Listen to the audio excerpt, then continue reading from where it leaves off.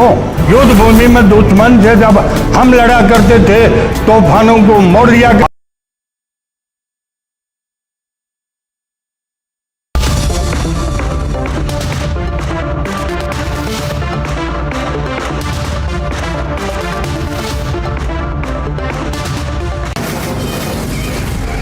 From the Delhi studios of Republic TV, it's time for Arnab Goswami on The Debate.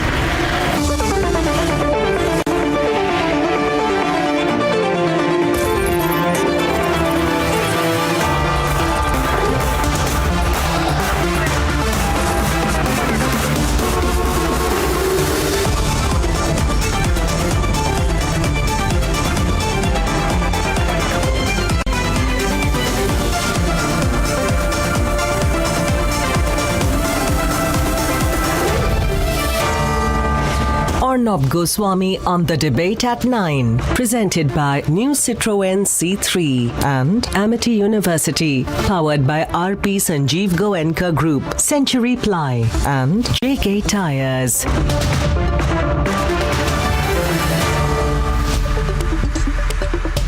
Good evening and welcome, viewers. Now, you all know that I'm no fan of American foreign policy.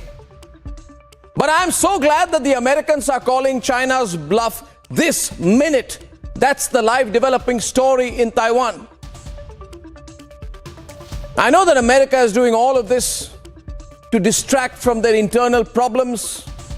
Their economy is tanking, reaching near recession levels. There is gun violence all over America. It's a complete mess. Job cuts have started. Inflation is sky high. And I know and you know that the weak Biden has sent Nancy Pelosi to Taiwan to distract the angry and frustrated American people. Ladies and gentlemen, Biden is in such trouble at home that he needs to start a war or seem to be starting a war to increase his pathetic approval ratings back home. So all in all, Biden and Pelosi are being opportunistic politicians, and that's what all this drama of landing in Taiwan is all about. Now, having said that, I'm really happy, delighted in fact, that China's bluff is being called. China is a country that tries to rule and run by fear. But what does it have? It has nothing. It has an army that gets a bloody nose and is defeated when they try and infringe on our sovereignty like we gave them in Ladakh. China as a country, ladies and gentlemen, is nothing. It's just big talk. It has no real army. Its army has never really been a fighting army. It is an army which has no combat history, no combat reputation, no combat experience. They are good at provoking Putin to be their proxy in war, but they will be destroyed. Mark my words, the Chinese will be destroyed if they try to fight a war on their own today. They have no friends globally. They are a friendless country. And the Sun Tzu philosophy of trying to win a war without fighting, these Chinese should throw that Sun Tzu philosophy into their dustbin because it no longer works. The world has seen through China. Jinping is a paper tiger. He's hated across China. He has destroyed large parts of his country's last remaining entrepreneurial economy. He cannot go to war. In fact, he cannot even handle each fresh COVID outbreak. They jail people every time that COVID breaks out in China. You know the mess that was going on in Shanghai, embarrassingly, a few weeks back. China is a mess, ladies and gentlemen. So then you would ask, what's going on in Taiwan? And what is the need to start a war? Watch the space of what's going on in Taiwan very closely, ladies and gentlemen. Let's debate that tonight. Putting fresh perspective on that this evening on The Debate. I come to you with two big debates this evening. As the US Speaker Nancy Pelosi touches down in Taiwan, will it lead to an all-out war between the US and China?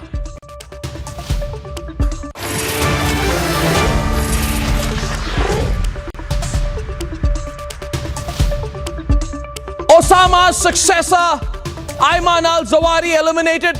But the fact is, Pakistan was safeguarding him so far. Like they protected Osama. I bring you proof of that. And here are the headlines this Tuesday evening on The Debate Tonight.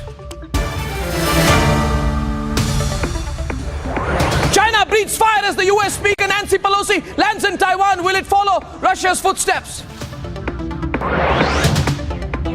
Breaking story tonight on the debate. Tanks moved, intercontinental ballistic missiles mobilized, jets scrambled. A warlike situation is building up. Osama's successor, Ayman al-Zawahiri, eliminated by America in a drone strike.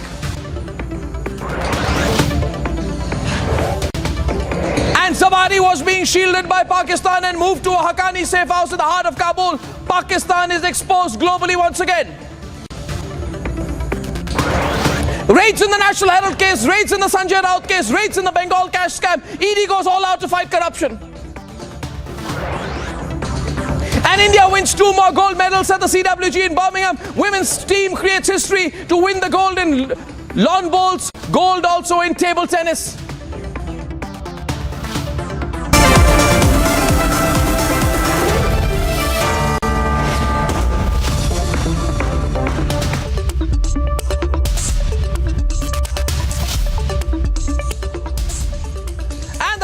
Breaking story this evening is a warlike kind of situation that's developing between China and the United States. This is the first time in 25 years that a high-level US representative is visiting Taiwan. China is very angry. Nancy Pelosi's visit comes amidst warnings by China, and the military buildup is escalating on all sides.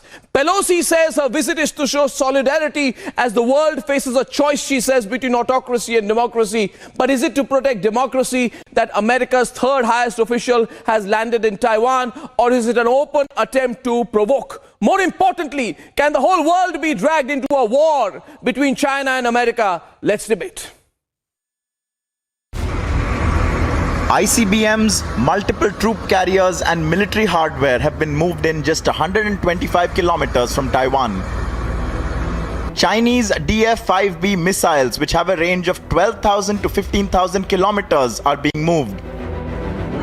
Chinese HK-22 long-range anti-missile systems have been set in motion. Taiwan has commenced its own drills in response. The US Navy has deployed 4 warships east of Taiwan, and F-15 fighter jets have reportedly left the US base in Okinawa, Japan. The lines have been drawn, and it's all over the visit by the Speaker of the US House of Representatives, Nancy Pelosi, to Taiwan. 将是对中国内政的粗暴干涉，严重损害中国主权和领土完整，肆意践踏一个中国原则，严重威胁台海和平稳定，严重破坏中美关系。 Many members of Congress go to Taiwan, including this year. And so if the Speaker does decide to visit and China tries to create some kind of crisis or otherwise escalate tensions, that would be entirely on Beijing. We are looking for them, in the event she decides to visit, to act responsibly and not to engage in any escalation. China is mobilizing, but the red carpet was rolled out at the Legislative Yuan building in Taipei.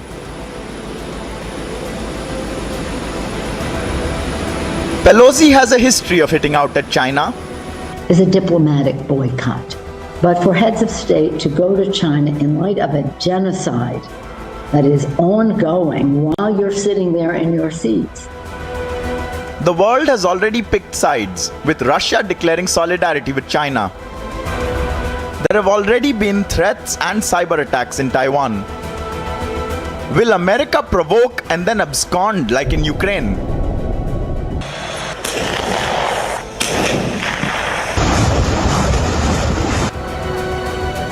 Or will we see a full-blown war between America and China over Taiwan? Let's debate.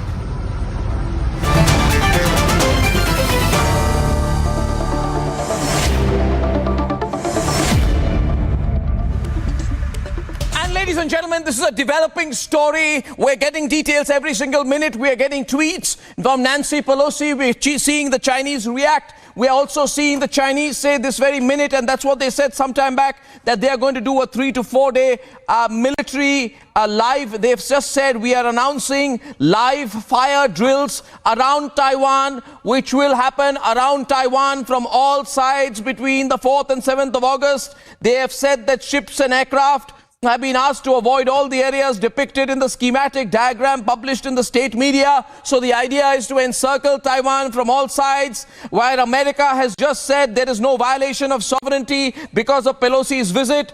And they have said we will not be intimidated by what they are describing as China's bellicose rhetoric. And there's another statement, ladies and gentlemen, from the Chinese Foreign Ministry. We just got that. And let me read this out. It's moving extremely fast. I'll just get it in a minute. So things are moving extremely fast. Let me get that statement in a minute. Taiwan Defense Ministry has denied information that China's People's Liberation Army Sukhoi 25 fighters have crossed the Taiwan Strait. And this is information that has just come in. A denial from the Taiwanese Defense Ministry is saying it's wrong. The Chinese Sukhoi 25 fighters did not cross the Taiwan Strait. And ladies and gentlemen, we have one more statement. This is moving extremely fast. There's a statement from the Chinese Ministry of Foreign Affairs, all breaking this very minute. This very minute, ladies and gentlemen. They're talking about disregard for the Chinese position. They're talking about Taiwan being an inalienable part of Chinese territory. What's going on, Madhav Nalapat? Let me start with you, and I would like to welcome into the program Gabriel Noronha, former Special Advisor for Iran at the US State Department under Secretary of State Mike Pompeo. We have Richard Outson, who's been a former senior advisor at the State Department. He's a senior fellow at the Jamestown Foundation. Elizabeth Bro, senior fellow at the American Enterprise Institute. She's joining us from Washington tonight. We have Nikita Menkovich, director of the Eurasian Analytical Club from Moscow. We have Jordan Skaktel, I hope I got the name right, journalist from Florida, and Professor Vladimir Firkin, who's chair of regional studies and member of BISA, foreign policy envoy extraordinaire, and he's joining us from Moscow. So we have two perspectives, pro and anti-American. And I'd like to start with Professor Madhav Nalapat. How much will this escalate? We thought a possibility of a global confrontation was over. We thought Ukraine was petering out. What's happened here? How far will it go? Professor Nalapat. Yeah, well, Arnab, I'd like to say that there are different aspects to war. As the Chinese see it, it's a comprehensive war, and that includes health systems, that includes infiltrating social media to widen fault lines in society, so-called right and left, black and white, minority and majority. So the war has been on for some time. But will there be a kinetic conflict? I don't think so. The Chinese economy cannot stand it. And if the Chinese economy goes into free fall, Xi Jinping goes down with a thud. The reality is Xi misread the United States. You know, in China, China is Xi and Xi is China. But in the United States, Biden is not the US and the US is not Biden. So they thought, looking at the nervous statements made by Biden, I think that is a huge tactical blunder by the US president that gave oxygen to the Chinese side to go to very bellicose rhetoric. And that bellicose rhetoric, frankly, does not take account of the fact that the legislative branch is equal to the executive branch and the judicial branch. They're co-equal branches. And Pelosi went on her own, and I'd say bravo, good for her, because I can tell you, we have all been seriously concerned in Asia about the depth of the US commitment to stand by democracies. And this reinforces the belief that the US is not just Joe Biden, who frankly seems like a very waffly president, but the US system is robust enough to ensure that the US will stand with its democratic allies, as Pelosi has stood with Taiwan. What will the Chinese do? The Chinese seem to be cornered out here. Let's get another view. Let me get Professor Dr. Vladimir Firkin from Moscow tonight. What can the Chinese do? They are saying we are going to carry out a series of what they are calling targeted military operations. What can they do really besides bluster and big talk?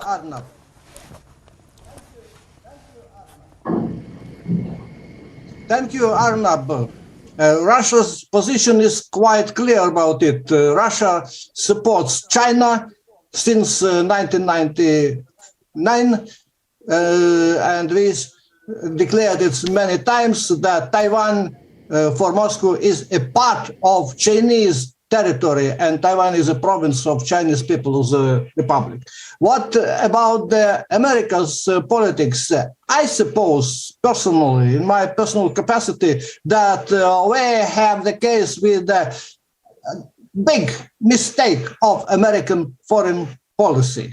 As Brzezinski and Kissinger said once, the main goal of America's policy in Pacific should be the Big Two, the alliance with China and the so-called Chimerica, directed against Russia. They attempted to connive China with the thesis of colonizing Siberia by Chinese. What is Biden doing now is vice versa to this concept of Brzezinski and Kissinger.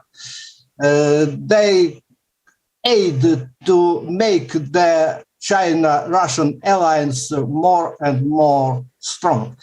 But I see also the rift in positions between the Congress and the administration of the United States, because the White House already declared that it doesn't support very much the idea of Pelosi's visit to Taiwan. It's quite clear because they understand the White House that it's a mistake. But Pelosi is led by the internal political ideas. They need to strengthen their position before the elections in the autumn of this year, and already before the presidential election in 2024, because Democrats will lose these elections because of very serious internal economic situation in the United States. Americans are very much but my question is, by Professor, inflation and so on. Professor, yes. Professor Filkin, Yes, I have a more specific question which you did not answer, Professor. You see, Yes. I am only concerned watching this today from New Delhi, and I'm sure in global capitals, whether London, New Delhi, anywhere. The only question is, what will the Chinese do? What can the Chinese do Thank you very much. exercises? China Can they already really do declared anything? They will make an influential military manifestation, but Peking, Beijing is extremely prudent, and there will be no big war around Taiwan. Do believe me, because China understands that correlation of forces is not Professor for Filkin, Beijing. It doesn't exclude that in the future, when China will you have said the it there. I agree with you. I agree with you, Professor. No, I agree with you, Professor. I began my program tonight by saying, and I'd like to go to Gabrielle, Elizabeth, everyone. I began my program by saying that I am no admirer of American foreign policy, but they have called the Chinese bluff. They have completely called the Chinese bluff. The China cannot respond. They did not respond when Newt Gingrich went in 1997, and Elizabeth, they cannot respond in 2022. I began my program by saying China's army does not have the required combat experience. And this time, when they thought America was weak, this positioning, unless China responds, and I'm not trying to say anything to provoke them, their bluff has been called. What do you think, Elizabeth? Their bluff has certainly been called. And on top of what you pointed out, Arnab, the reality is also that China doesn't have any friends around the world who would stand up and say, well, Nancy Pelosi, you shouldn't be going. In fact, most of the world, most of the Western world, in addition to other parts of the world, are cheering her on because nobody wants to be bullied by China. And yes, China has some votes in the United Nations General Assembly at the moment, but these are countries that are in some way, one way or another, beholden to China. They are not they are not China's friends, true friends of China. So China really doesn't have any countries, well, very few countries on which to turn for sort of moral support should it wish to engage in any kind of confrontation vis-a-vis the US. And then, as you said, Arnab, it's a bluff in that. But it's China the US has called China's bluff in that way. But on top of that, the Chinese government has totally embarrassed itself by somehow presenting this as an action by the US government. I mean, I think every high school student around the world learns how parliamentary democracies work, even if they don't live in one. And it should be totally obvious. In fact, everybody knows that what a member of Congress does cannot be dictated by the White House, even if they are from the same party. So China is truly embarrassing itself. And on top of that, it's embarrassing itself by driving around armored vehicles on beaches surrounded by kids. What's that all about? So what's that all about? Precisely, that question goes here, Nikita. What's that all about? What is this? What are these tanks near beaches all about? What is China trying to project? We've seen enough of these propaganda videos, Nikita. Don't you agree? I think that at first we should understand why Miss Pelosi started this terrible provocation, which may lead to world war. The problem is that it is not the game of Mr. Biden or the only game of Mr. Biden. It's also the game of Mrs. Pelosi herself. She is now under criminal investigation in the United States for corruption conspiracy. In this case, included actions of her husband, of her son, and of course, she's afraid for her position and, in fact, for her freedom. So, using this situation, but she's trying to hide her crime activity. And she is ready to provoke Nikita, let me say this. Nikita, let me respond to you by saying that anytime, and I want to get Gabriel is really angry with what you're saying, but I'd like to say one thing before I bring you, Gabriel, into the debate.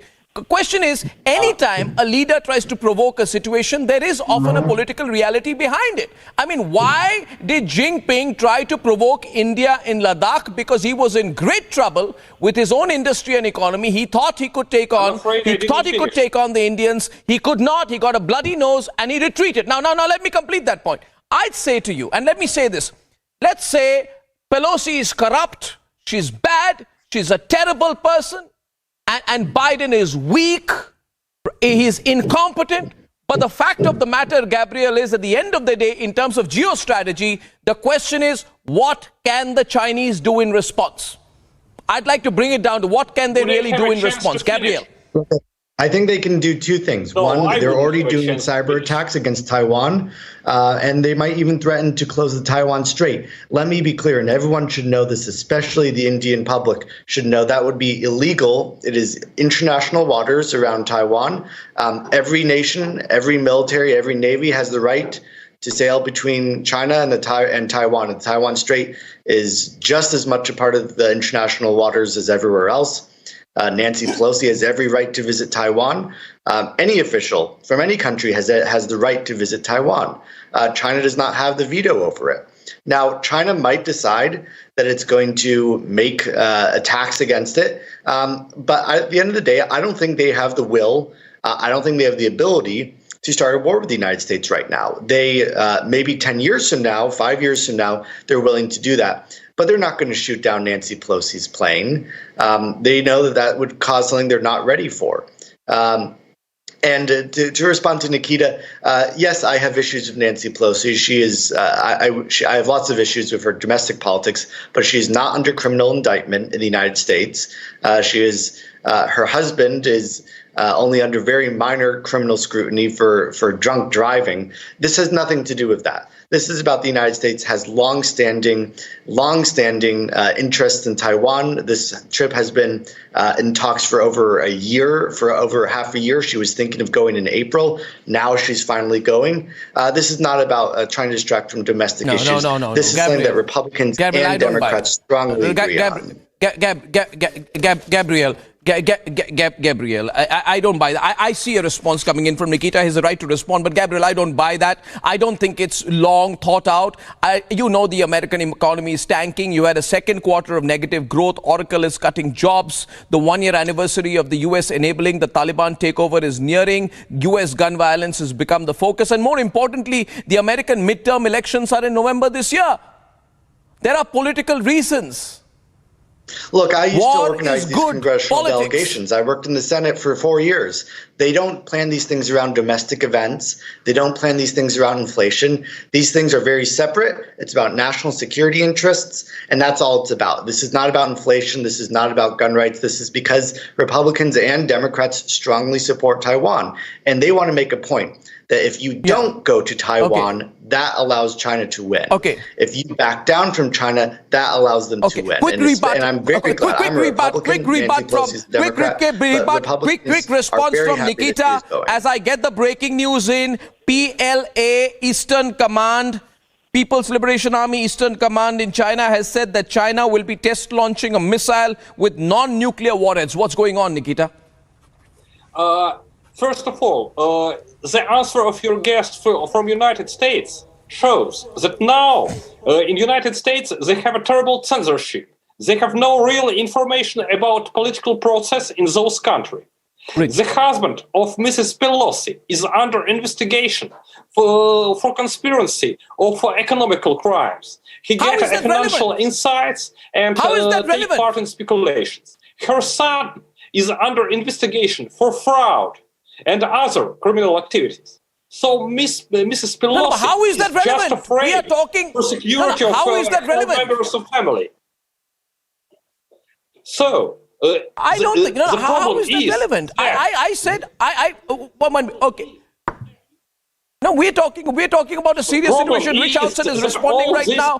My question here is, and this is a more serious. This is a more serious situation than Nancy Pelosi's husband's drunk driving charge. We are talking about a possible global confrontation. And Rich, I come to you here. You, I'm sure, look at these situations closely. In your view, doesn't Xi Jinping have a lot to lose if he does nothing? He may not get another term. He will be embarrassed all over again. So he might be provoked to do something. Question is, why are the Americans provoking him? So I think that now American provokes terrible international. Let Rich respond to that, Nikita. I'm sure Nikita would like to tell us what RT. I'm sure that we'd like to hear more about what RT and Sputnik think about the situation, but I think I've seen those talking points. Look, let's talk about Xi and the Chinese. The truth is, Xi is in a dilemma here because he did misread the situation, I think, very seriously. And I think he was caught on the horns of a dilemma to appear too strong at the risk of provocation. Now, this is not the first Taiwan Straits crisis we've had, by the way, and it won't end today. The advantage that Xi has is that while it's virtually impossible to stop the visit without shooting down the plane, and that would have led to an escalation, an immediate escalation that Xi's not prepared for. The advantage that Xi has is that this could go on for weeks and weeks, and he has a series of escalatory steps that he can take, starting with the live fire exercise, but continuing with other overflights and economic pressure that can raise the pain level beyond what we're looking at for 1 week or 2 weeks. If we look at the other Taiwan Straits crises, these have gone on for weeks and in some cases months, and they've involved a combination of propaganda, economic measures, and military measures. So this is just the beginning. This is not the end. I think Xi loses round one because the visit stopped and he looks a little foolish. But we'll see what happens as we go into this pressure game and escalation game that Xi will certainly try to milk politically, and that he will certainly try to press Biden's limits on long after the speaker has left Asia. And then we'll see what the long-term consequences. As to why we pushed Xi, the truth is, I totally agree with our previous speaker. This is not the sort of visit that was planned strategically. It was planned months in advance. And the fact that the Biden administration dropped the ball on their early messaging on this showed that they were unprepared. So it was sort of pressure, but inadvertent pressure. Now we'll see who actually wins the pressure game. No, I'm sure there are calculations which are made here. I'd like to get Jordan into it. Jordan, what do you think? I mean, we are going to see both sides push the buttons. The question is, who's going to feel the pain more? Can the Americans afford to feel more pain than they are in right now, economically and otherwise? Can America afford a war? Who can afford a war less, in your view, Jordan?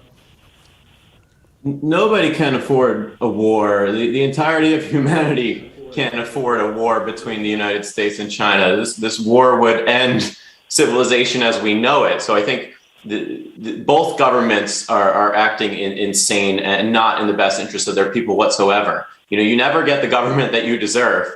And nowhere is it more clear than we have this mid-80s senile politician in Nancy Pelosi demanding that she goes to Taiwan, the Chinese government saying that they're going to shoot her down. I mean, it's all just so insane to me that everyone is posturing like this. Both governments are absolutely not acting in their people's interests whatsoever. And the idea that the United States has the capacity to somehow defend Taiwan from a military invasion. I mean, we're doing all kinds of war gaming here, but neither side is really looking out for the interests of their people. And it's not just the American economy that's struggling. In fact, the American dollar is very strong compared to the other world economies right now. We're really in a global economic crisis, and I think that these very powerful actors are using this stuff as a distraction from what they're doing to billions of people around the world and what they've continually been doing to them. Really, and have been escalating this process since this whole, COVID pandemic, where there's just been so many human rights atrocities committed against the individual citizen. And I think we need to be looking out for those people and not so much escalating the chances of war between two major nuclear armed superpowers. No, there's no doubt on that. No, there's no doubt on that, Jordan. I'd like to get in Greg on this. If Greg is there, I can't see him there. But Madhav, I mean, war is not ethical. War is not proper. War, Greg, is not even justified. But who's talking about whether war is ethical or proper? I'm just thinking about the next step, Greg. What do you think is going to be the next step? We have Greg Swenson, who's a political and media commentator from Chicago. What do you think is going to be the next step? Next 1 or 2 days, 24 hours, what do we expect to happen? Well, it's impossible to predict what the Chinese will do. I think these are some probably idle threats. Looks like they're going to launch a test missile. I don't know that it's a good idea. It's obviously escalating things. I agree with several of your guests. This was in some ways unnecessary. It probably wasn't a good idea for Mrs. Pelosi to go at this time. The messaging from the White House was disastrous. But after the threat from Xi and China, she has to go. She can't back down now. That makes sense to continue, with the trip. So, this is again unnecessary. There is definitely some political undertones. I know it's not, a major investigation yet. But if she loses the House in November, and this is obviously an attempt, a Hail Mary, so to speak, to make her look powerful. And change the narrative from the disaster, which is the United States right now, domestically. Change the narrative, show some strength, show some independence from Biden. Congressional candidates don't want to run on the Biden record right now. So she's trying to change the narrative. I don't think it will work. It was probably unwise. But at this point, she has to do what she has to do.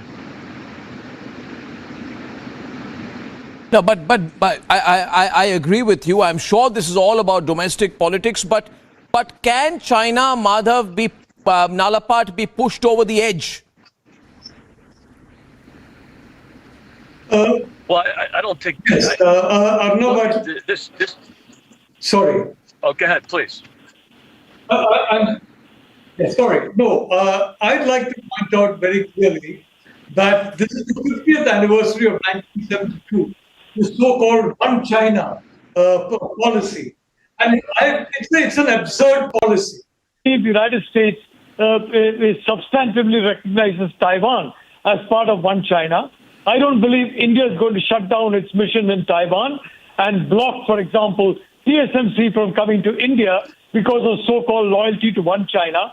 By the way, One China, according to Beijing, means that large chunks of India belong to China, which is nonsense. So the entire One China policy is a fiction. And this fiction is what is being exposed now. Now, you know, the reality of the situation is that, you know, I'm hearing some of our American friends and I'm hearing our Russian friends. I'm surprised at Nikita. Nikita should be the happiest guy in the world because finally Joe Biden is waking up to the reality that the enemy is China and that the conflict is in the Indo-Pacific, not the Atlantic, not Russia. I'm seeing our American friends get a little jittery about what China will do. What can Xi Jinping do? Chinese economy is linked to Taiwan in a sense like a heart-lung machine. If it dissociates itself from its heart-lung machine, the Chinese economy tanks. Taiwan is not some faraway country where there is no economic linkage. There are dense economic linkages with Taiwan, dense technological linkages with Taiwan. There are 1.12 million Taiwanese working in China, critical for the Chinese tech industry. What can he do? Can he make the economy commit suicide? In 2001, Arnab, there was a lot of talk in Washington. Oh, nuclear war. Nuclear war between Pakistan and India. I said then the generals in Pakistan are not mad. They're not going to launch a nuclear war. And I say this, the generals in China are not mad. They may be bluffing, they may be blustering, they're not mad. And they're not going to start anything like a conflict that may end in a nuclear escalation. Conventional war, forget it. Economic war, forget it. The biggest loser is China, and the biggest gainer out of this is Russia, like the biggest gainer out of Ukraine was China. And if Nikita doesn't get that, I'm sorry, he really doesn't understand the geopolitics of the day. Nikita, you have a right to respond, but I must say I completely agree with Professor Madhav Nalapat because the Chinese economy, which is in bad shape, would be destroyed completely if it escalates the situation in Taiwan. I mean, you know, their entire automobile electronics industry in China will be destroyed because they will be destroying the same semiconductor fabrication facilities that they want. If you go into detail, that's why I always say, Nikita, China is bluster. It has never fought a war with an air force. You spoke of 1972, Professor Nalapat. You may want to add that the China's air force participated only in the 1979 border war with Vietnam, which was 43 years back. So it's an untested army. Nikita, don't have so much faith on the Chinese. They're not as strong as you think. Of course, war is a bad idea. For everybody, for United States and for China. It means the change of the world. We don't speak about one industry, factory or something like that. War means the end of the peace, the end of the lifestyle we knew. But the problem is that United States is now lead to this situation.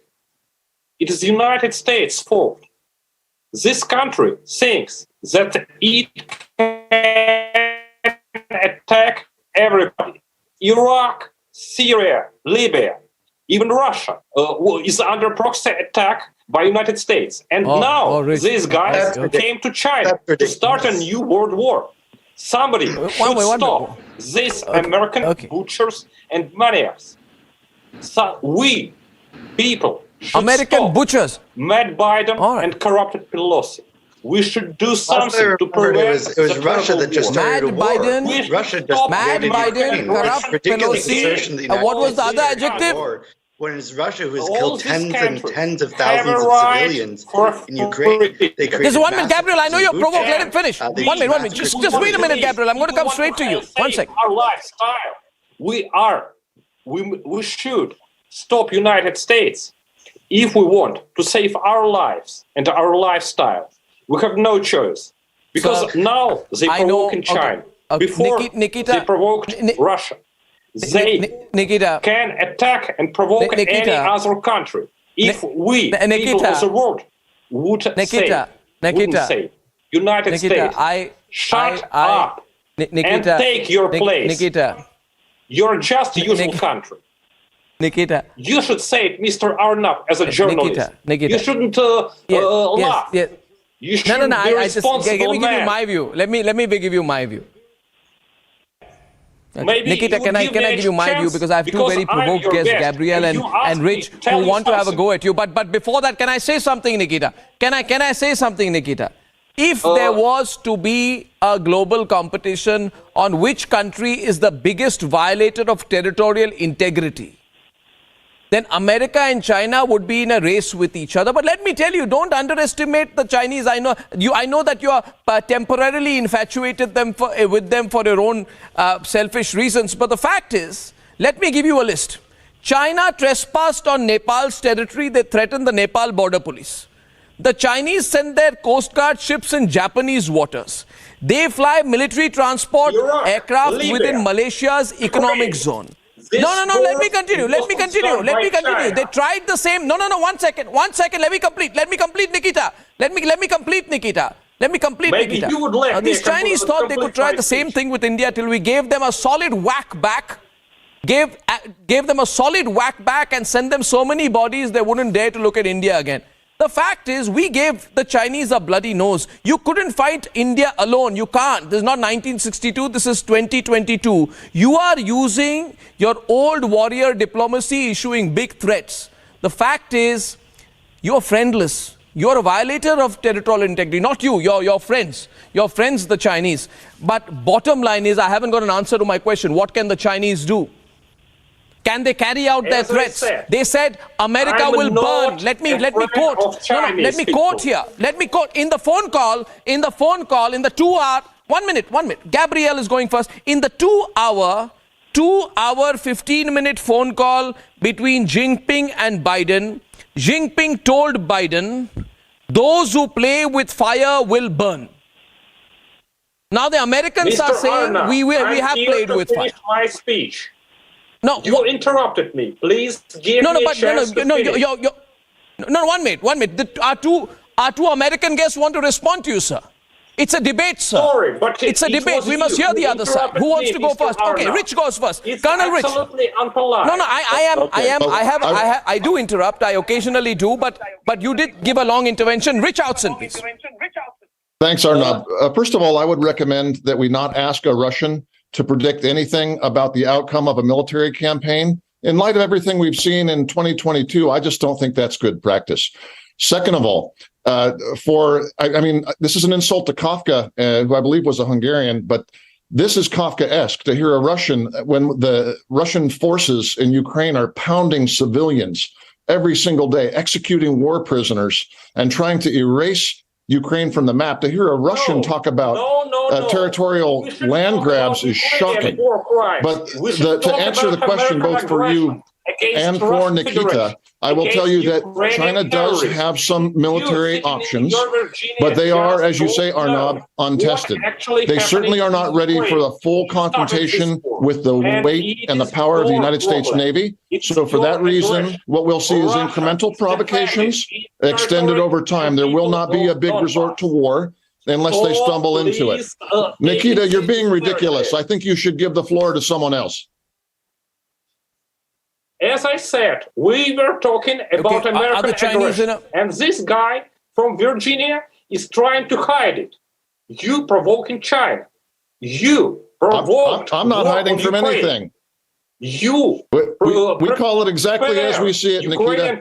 And you and China are both serial war crime committing violators of international law. The Chinese committing genocide in Xinjiang, and you doing so in Ukraine. What is happening in Ukraine and in Taiwan?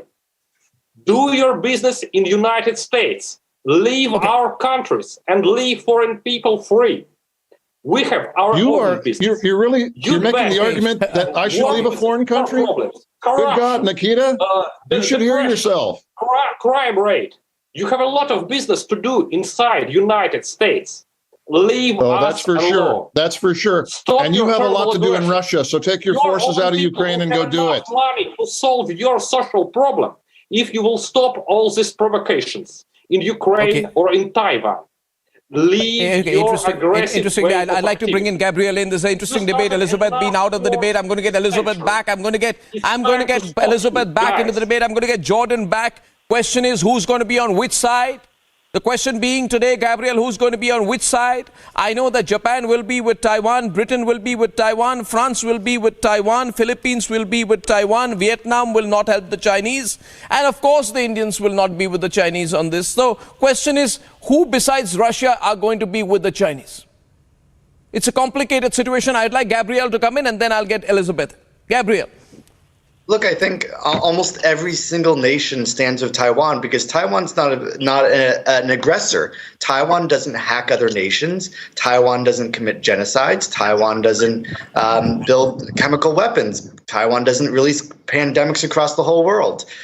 So there's no reason for most nations to have any issue with Taiwan. They're a wonderful nation. They have great practices in technology and healthcare that they can share with the world, and they even have a vibrant, peaceful democracy. And so you're going to see a lot of nations want to help them, who are going to want to hurt, who are going to be afraid if China invades them, that maybe China will invade Taiwan, Vietnam, Japan, South Korea next. You never know because you can't allow a bully to just get their way. Now, there's a separate question. Will these nations help Taiwan militarily? I think the answer to that is probably no. I don't think most nations are going to want to fight against China, which is a much stronger nation, over Taiwan, which is, frankly, a small island. That's bad news for Taiwan, and it's really bad news for the rest of the world. It's bad news for India. It's bad news for any country that says, hey, we don't want nations to just be able to get invaded because one side is bigger and stronger and angrier than the other side. Yeah, so Professor Firkin, I'm looking at the recent statements that I'm seeing come from China, very, very aggressive statements. They've said that China, from 1200 Beijing time, August 4 to 1200 Beijing time, August 7th, we will conduct important military exercises, leaving that unclear what those military exercises are, live fire drills, etc., etc. But this is not the first time, Professor Firkin, that China is threatening to hit back. In fact, in January last year, China had threatened a counter-strike against a move by the United States to lift restrictions on official contacts with Taiwan. They said we are going to carry out a counter-strike. But no strike took place. So is China going to do the same thing? You know, they've been saying that yes. Two things is evident for us, I suppose, that there will be no war now around Taiwan, in spite of all these military exercises, military drills, and so on. China is not capable now to wage a great war against the United States, and Beijing's foreign policy is very punctual and prudent in this field. The second thing, which is also evident, that in longer future, in the long run, Beijing, of course, will continue its politics of one China and consider Taiwan as its own province. And sometimes this fruit will fall in Beijing basket, as it was with Hong Kong. The other case is what will follow it, because Beijing has enough problems with Hong Kong to understand what will be with Taiwan if it becomes administrative province of China. So Peking will not be in a hurry, but he will not stop declaring Taiwan Chinese province.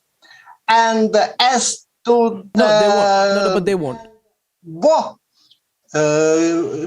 ladies and gentlemen, let's see what is the criteria for the reality of war. It's not Taiwan, but the small islands, Quemoy and Matsu, the big and the little Jinmingdao, which are in 1 mile from the Fujian, from the territory of China. If the war will start, it will start with I just want a last word from Elizabeth. Sorry, sir, just very short of time. I want a last comment from Elizabeth. Elizabeth, can you just look forward next 24 to 48 hours? What do you think the escalation will be? Also, do you think this is going to be a brief escalation because Nancy Pelosi is going to fly out in 24 hours? Will it end with that?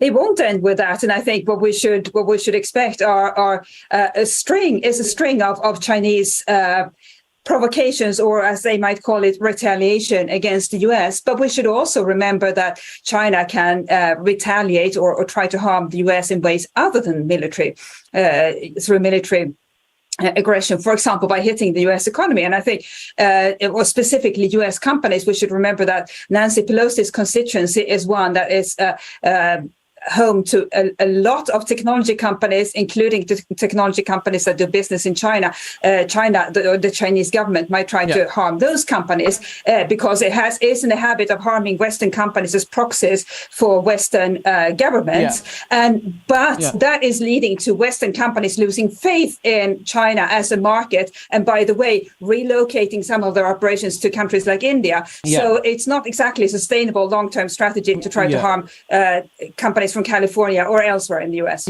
But at the same time, only one thing I'd say, Elizabeth, that till the very end, many people thought Putin was only posturing. We never know when posturing turns into something else. We'll watch the situation very closely, not a Ukraine type escalation, but ladies and gentlemen, everyone's on the edge. And on the other side tonight, the nation woke up this morning to news of one of the world's most wanted terrorists, Ayman al-Zawahiri's elimination in a drone strike in the heart of Kabul. Now there are details emerging which expose Pakistan's direct role in shielding him. Big debate in a few minutes.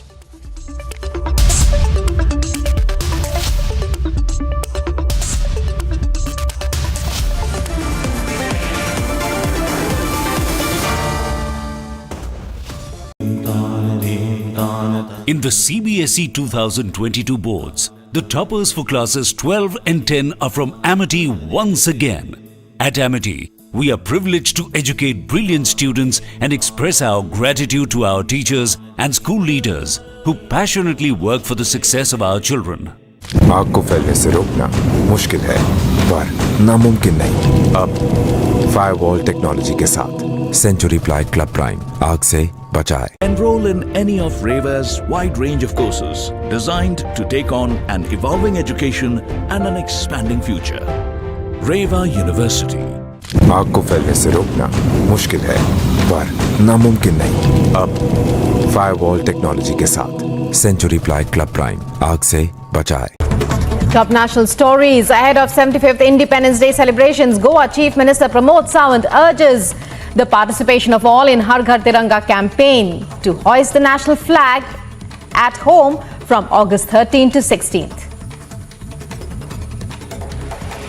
Indian Police Service Officer Sanjay Arora, who succeeds Rakesh Asthana as Delhi Police Chief on Monday, chairs meeting with senior police officers, taking stock of security situation in the national capital ahead of Independence Day celebrations. The CP on the first day in office instructs officers to be more vigilant during the period. Delhi court directs jail authorities to provide proper medical treatment to Khalid Saifi along with medication and tests after Saifi, accused in larger conspiracy of anti-CAA 2020 Northeast Delhi violence, moves application to Karkarduma court. You're watching Live and Breaking on Republic. And in other news, as the United States President Joe Biden makes comments confirming the US drone strike in Afghanistan that killed Al-Qaeda leader Ayman al-Zawahiri, who took over as Al-Qaeda leader after Osama bin Laden's death in a US raid. He spoke about how the strike could act as one more measure of closure to families of the victims of the September 11th attacks. My fellow Americans, on Saturday, at my direction, the United States successfully concluded an airstrike in Kabul, Afghanistan that killed the emir of Al-Qaeda Ayman al-Zawahiri. Spokesperson of the Taliban government in Afghanistan acknowledges the attack in official statement, adds the attack carried out by American drones was a violation of the Doha Agreement, that such an action was a repetition of failed experiences of the past 20 years that acted against the interests of the United States, Afghanistan and the region as an extension. Barack Obama, former president of the US, hails the Biden administration. Taking to Twitter, says he hoped these airstrikes would provide a small measure of peace to the families of victims of 9/11. Lauding the precision of the strikes, notes strikes on Zawahiri were carried out without a single civilian casualty.